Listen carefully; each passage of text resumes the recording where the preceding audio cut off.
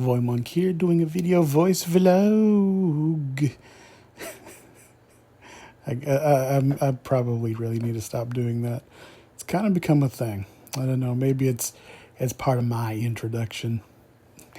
Talking about news this week and kind of coming off what I was saying yesterday about the impacts and I'm not speaking specifically about social relevance and, like I said, the political bends and all those types of aspects, but just the structure of the news and the way that people are informed, because I don't feel informed a lot of times when I'm watching the news. And I think up to this point, I've kind of regulated the news to ultimately being about getting the weather, and that's just about it. I mean, the sad fact of the matter is that I think they tease the weather to a point where it's just like, I mean, I know I've got an app.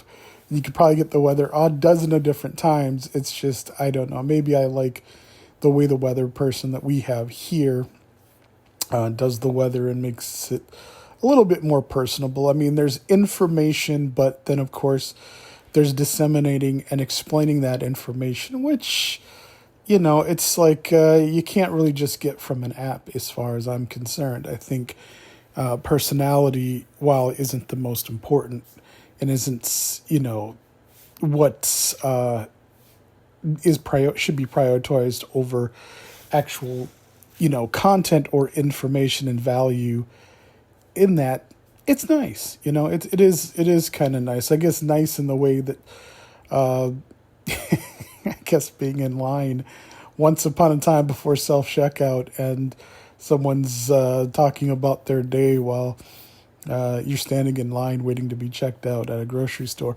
I guess it might be a little bit in that, but I do notice that now that the news is teased, or at least the weather is teased. It's like they'll address some weather events that'll be coming up, but stay tuned and tune in.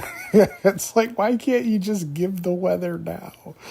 Give the forecast now. It's like you're burying it so that I can hear about Taylor Swift concert tickets. And like I said, it's not an attack on Taylor Swift or whatever, but it could be anyone, but it could be the flavor of the month, whatever concert that's supposed to be going on and that I'm supposed to carry. And of course, it'll also be put behind, I've said this before, and I'm not making fun of the situation, but sometimes there'll be some kind of fluff piece. And it can be anything that's, I think, is dry, not dry, but is placed there to basically pull at heartstrings to kind of give this overall image or perception that we care and that this is about the community and all that kind of thing, which I think, to me, if you really care about the community, you hope to make sure that they're informed and educated as best as you possibly can. And although, while that may not necessarily be popular or as much entertainment in the 3 to 10 seconds that sometimes people will give to issues that, for want of another reason, I like to think about the overall capacity and the impact of what that kind of does to a degree. I mean, I know we live in a super fast, quick, short social media right now, but I think there are some things that could stand to use more time, and I think the time can be valuable if it's actually spent doing something. Like I said, in terms of like interviews and things like of that nature, it's like, I'd rather hear something, and I know calling the kettle black, but I am not interviewing or being the interviewee. But yeah, talking and not saying a whole bunch, a lot of words, but not actually getting to the meat of what's going on or any information.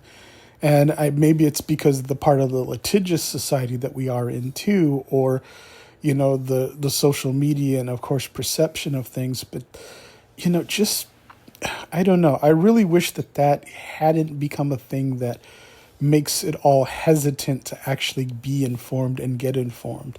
And more importantly, for the news to make sure that that's what's going on.